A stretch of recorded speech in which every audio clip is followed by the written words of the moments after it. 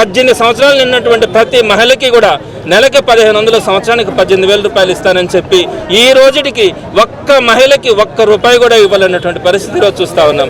అదేవిధంగా నిరుద్యోగ భృతి 30 లక్షల మంది నిరుద్యోగులకి నెలకి 3,000 రూపాయలు ఎక్కడిస్తానని చెప్పారు. ఇప్పటికి 2 ఏళ్ళు దాటింది. ఈ 2 ఏళ్లలో కనీసం ఒక్క నిరుద్యోగికైనా ఒక్క రూపాయి కూడా ఇవ్వలే. మరి ఈ 2 ప్రధానమైనటువంటి హామీలు నెరవేర్చకుండానే నేను సూపర్ 6 పూర్తి చేశానని చెప్తారు. మిగతా హామీలు కనుక తీసుకుంటే రైతులకు సంబంధించి సంవత్సరానికి 20,000 రూపాయలు ఇస్తానని చెప్పారు. నేను రైతులను అడుగుతా ఉన్నా, ఈ 2 ఏళ్లలో రైతులకు 40,000 రూపాయలు రావాలా? సెంట్రల్ గవర్నమెంట్ వచ్చేది సంవత్సరానికి 7,000, 14,000 రూపాయలు సెంట్రల్ గవర్నమెంట్ నుంచి వస్తుంది.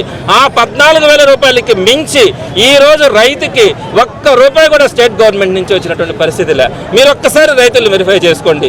రైతులను కూడా దగా చేసినటువంటిది ఈ ప్రభుత్వం. అదేవిధంగా విద్యార్థులకు వచ్చినప్పటికీ ఫీజు రియంబర్స్మెంట్ ఈ రోజు 2 సంవత్సరాలు పూర్తయింది. 8 క్వార్టర్స్ రావాలా, 1.5 క్వార్టర్ ఇచ్చారు. అంతకుముందు పెండింగ్లో ఉన్నటువంటి 2 క్వార్టర్లు రాలే. మొత్తం మీద 8 క్వార్టర్లు ఈ రోజు రాలే. ఉద్యోగులకు సంబంధించి అయితే రాగానే బ్రహ్మాండమైనటువంటి పిఆర్సీ నేను మీకు ఇస్తానని చెప్పారు. కనీసం పిఆర్సీ కాదు కదా, పిఆర్సీ కమిషన్ కూడా వేయాల. పిఆర్సీ లేట్ అయ్యేటట్లయితే ఐఆర్ ఇవ్వాల్సినటువంటి పరిస్థితి, ఐఆర్ కూడా ఇవ్వలే. 2 సంవత్సరాలు పూర్తయింది.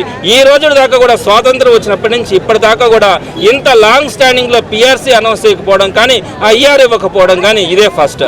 అదేవిధంగా డిఏలు కూడా సెంట్రల్ గవర్నమెంట్ రిలీజ్ చేసిన తర్వాత డిఏలు పెండింగ్ అన్నది 1, 2 ఉంటాయి ఎప్పుడైనా కూడా. కానీ ఈ గవర్నమెంట్లో ఎప్పుడూ లేనట్లుగా 4 డిఏలు గవర్నమెంట్ ఎంప్లాయీస్కి పెండింగ్ ఉన్నాయి. ఆ విధంగా కింద నుంచి పైదాకా కనుక మనం తీసుకుంటే ప్రతి వర్గాన్ని కూడా మోసం చేసినటువంటి చంద్రబాబు నాయుడు గారు అధికారంలో ఉండడానికి ఎట్లాంటి అర్హత కూడా లేదని చెప్పి ఈరోజు ప్రజలందరూ కూడా భావించినటువంటి పరిస్థితి.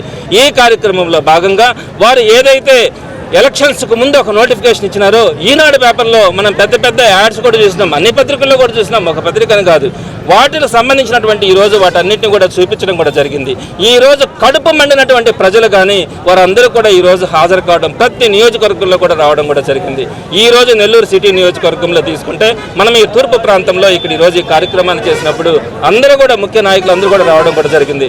రేపు 12వ తారీఖున, ఈ నెల 12వ తారీఖున ప్రతి నియోజకవర్గంలో కూడా పెద్ద ఎత్తున నిరసన కార్యక్రమాలు కూడా జరిగేదానికి మనం అందరూ కూడా ప్రజలందరూ కూడా ముందుకు వస్తూ ఉన్నటువంటి పరిస్థితి. కాబట్టి ఈరోజు ఏదైతే వీరు చెప్పినటువంటి హామీలని వాటన్నిటిని కూడా దగ్ధం చేసి తమ నిరసనని ఈరోజు ప్రజలందరూ కూడా వ్యక్తం చేసినటువంటి పరిస్థితి ఈరోజు మనం చూస్తూ ఉన్నాం.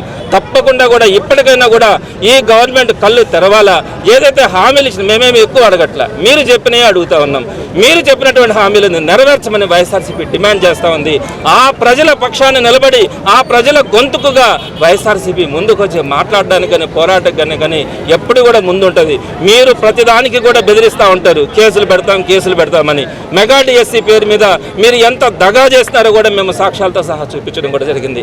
ఆ సందర్భంలో కూడా మీరు అన్నారు కేసులు పెడతామని. మీరు పెట్టేటువంటి కేసులకి ఎవరు కూడా వైఎస్ఆర్సీపీ నాయకులు కానీ కార్యకర్తలు కానీ ప్రజలు కానీ ఎవరు కూడా భయపడేటువంటి ప్రశ్నే ఉండదు, ఆ ప్రసక్తే ఉండదు. ప్రజల తరపున పోరాడడానికి కానీ వైఎస్ఆర్సీపీ కార్యకర్తలు నాయకుల పక్షాన నిలబడి వారికి అండగా నిలబడి వారి గొంతుకుగా మేము మాట్లాడడానికి ఏ రోజు కూడా వెనకడుగు వేయమని చెప్పి ఈ సందర్భంగా ఈ ప్రభుత్వాన్ని హెచ్చరిస్తూ ఈ రోజు ఈ కార్యక్రమానికి హాజరైనటువంటి వైఎస్ఆర్సీపీ నాయకులు కార్యకర్తలు ప్రజలందరికీ కూడా నేను పేరు పేరున ధన్యవాదాలు తెలియజేస్తాను.